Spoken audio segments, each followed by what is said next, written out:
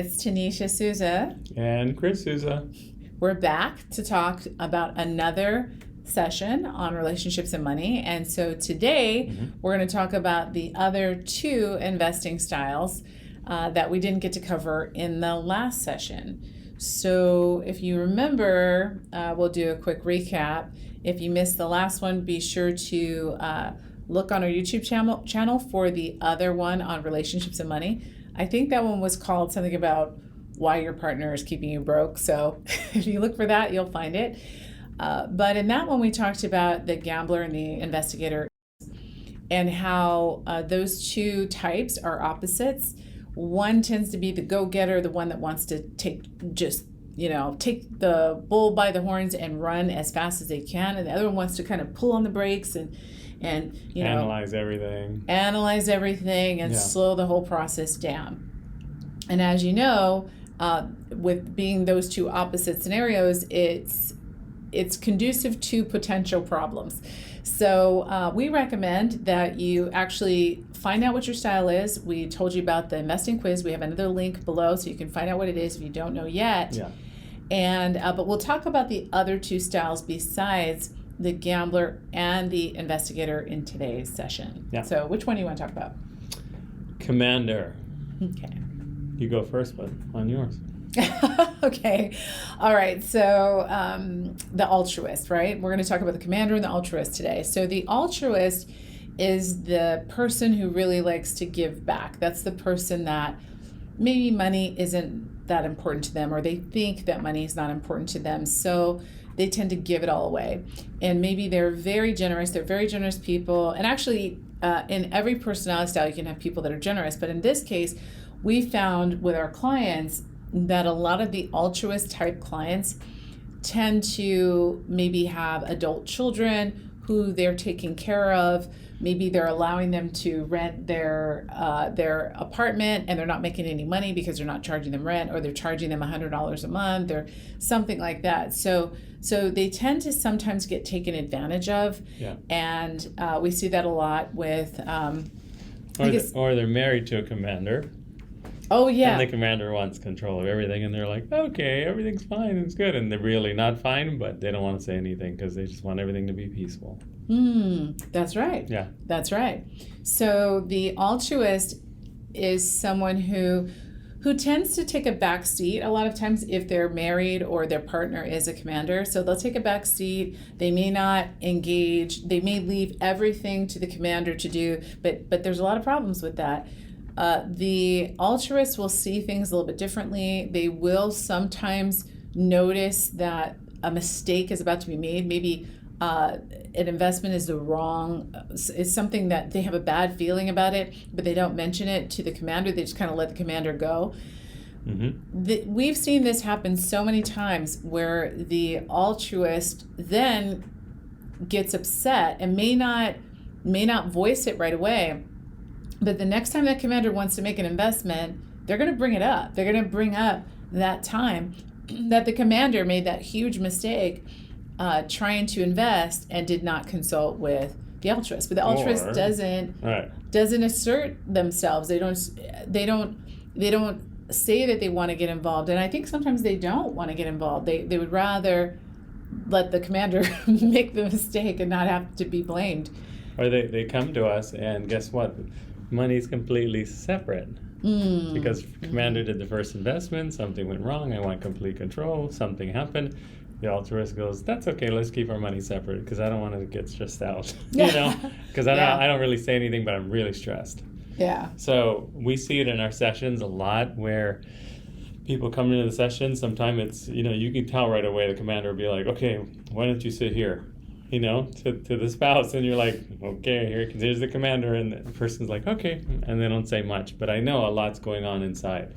So we get the good thing is about our system is we get to ask both questions and what makes them tick and what things they do like and don't like about money and investing. So it's really good. Yeah, that's true. So I mean, the commander though, let's talk a little bit more about the commander because I explained more how the altruist works. I mean, I'll give you one more example of the altruist before you get into the commander. But another, what? I'll say our daughter. What, the commander? No, altruist. Oh, Our oldest daughter is like, let's give her all the money and let's just do this. Why do you guys need this? Let's just give it away. And we're like, okay.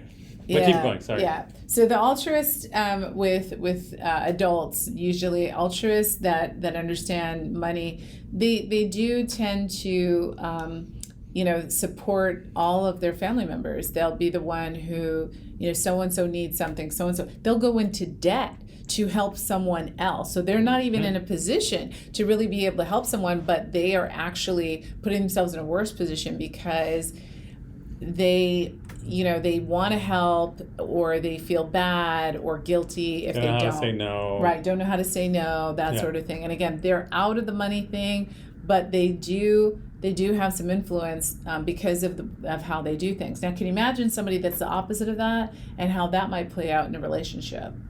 Yeah, here's a crazy thing. They attract each other. Figure that one out, huh? That's true. Opposites. Opposites attract. And so what happened when a commander comes in, they get tunnel vision. I want this, and this is where I'm going to get it, and this is the only way, and they focus in on one thing, and they keep going that way. Well, they could get to that route by 5 different angles and go there quicker, but they see one route. Mm-hmm. So you got to paint the picture of, you got to slow them down a little bit because they want to just take off all the governors on the motor and just run at full speed, which is fine. But what happens is that you've got to slow down enough to figure it out and to kind of talk. So in our sessions, that's what we do with our clients. We ask them a lot of questions to make them think and go, okay, maybe what I'm doing is not correct. I want to do this. And like, okay, tell me how you're going to do this. And the person doesn't know how they're going to get there, but they want to go there and they want to do this because I know what I'm doing, Mm-hmm. So it's good. It's good. And it's always good to have that neutral third party that can ask the questions to the commander that the altruist won't ask, right? The altruist, for some reason, not all the time, but sometimes they won't ask. So why are we doing this? Or why do you think that's a good idea? Or have you thought about this? So the really altruist does not always bring those kinds of things up because of the fact they don't like to rock the boat. Yeah. But without those questions, those key questions that if you fail to ask, you will miss something big and completely make, potentially a life-altering mistake. And so we've seen that in a lot of cases, and it's really shocking where the commander moves forward with something, and the altruist is aware and isn't really comfortable but doesn't say anything, and the whole thing blows up. I mean, it's just like a disaster on fire. And then the altruist goes, I knew this beforehand, but I didn't say anything. Yeah, that's the worst. So again, it's all about communication. It's all about knowing what your style is and what the strengths and weaknesses are. Yeah. Now, the strength of the altruist is that the altruist, number one, sees things kind of opposite of the commander. The commander sees one way. They, and it's funny because we were talking about the gambler, and you were saying that the gambler doesn't really, kind of acts before they consider everything. The commander wants to make the right decision, but they can be very stubborn and believe that they are making the right decision. And the altruist, even if the altruist in some cases tries to talk them out of it, they can't. Yeah.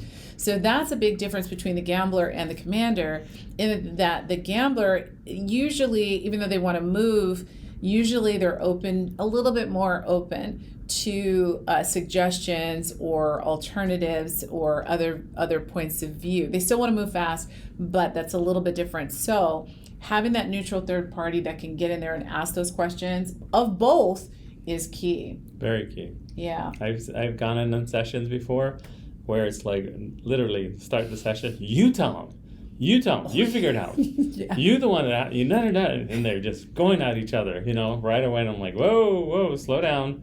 Let me ask some questions, And so come to find out, the commander has run into a wall and wants to get up and run into the same wall again. And so you're going to ask him questions to go, and then the altruist hasn't really said anything, but is very upset. Yeah. So they, now let's communicate.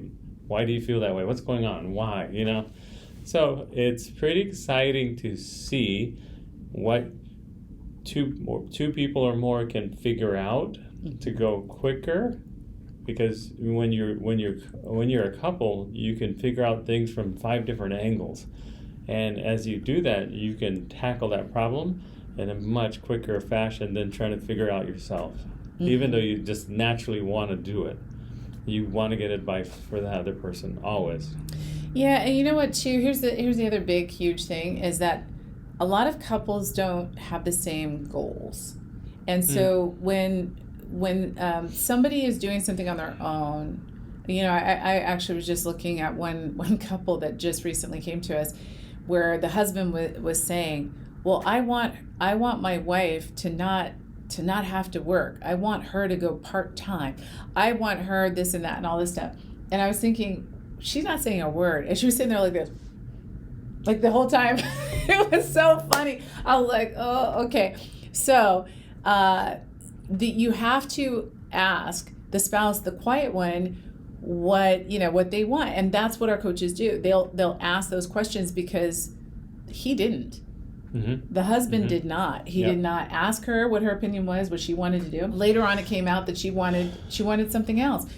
We can help, right? Show them how to achieve what they both want, right? But she liked what she did. I mean, she just didn't want to work as hard, but she enjoyed what she did for a living. So anyway. Yeah, here's a good one. We just had dinner the other night, and it was an altruist and a commander type person, and the altruist was like, yeah, when I figure my partner can figure this thing out, so I'm not needed here. And I can just fade away into the, and go do other things, which is great, but at the same time, that can hurt you. Yeah, it's not great. And that's great that you can, you want to conquer on both ends, but what happened is one person takes over so much that the other one has no idea what's going on. And then they're lost in the whole thing. So we see that in sessions. Can your spouse... No, she hasn't been on the last 3 calls. It's okay. I'm like, no, your spouse needs to be in on this, That's right. So you always want to go together, find out, never point the finger and at your spouse or your partner like we're doing right now. Who's better? Who's no. Right. No. Just realize That's so when I think about how we make decisions and how we do our business together, I couldn't do what I do without him. He couldn't do without me. We absolutely positively need each other. I always run every major decision past him, from like, I want to get a puppy to I want to flip a house to I want to start a business, everything. He's like, let's think this through. Yeah, right away. And it works. I got a great idea. I'm like, and once we've done this, once we've worked it out together, once he's analyzed everything, I know that we can move forward. Once he's on board, and I know that he's found the holes, right? He's already poked the holes. He's found the details I missed, and we can make sure that if those things are in place, we're gonna be fine. And that's how we've been able to work so well together over these past 21 years of marriage. So go to TARDIS.com and look for your personality type and investing type, right? Which is similar, but you'll see it on TARDIS.com. Look for it, take the test, you'll blow your mind. Yep, and actually we're going to include it in the description box below. So go ahead and give us a comment right below this video. Let us know what type of investor style you are, especially after you take the quiz, and give us your comments. Tell us what you think, and like and subscribe and share this video with your friends, and we'll see you in the next video. Thanks. See ya.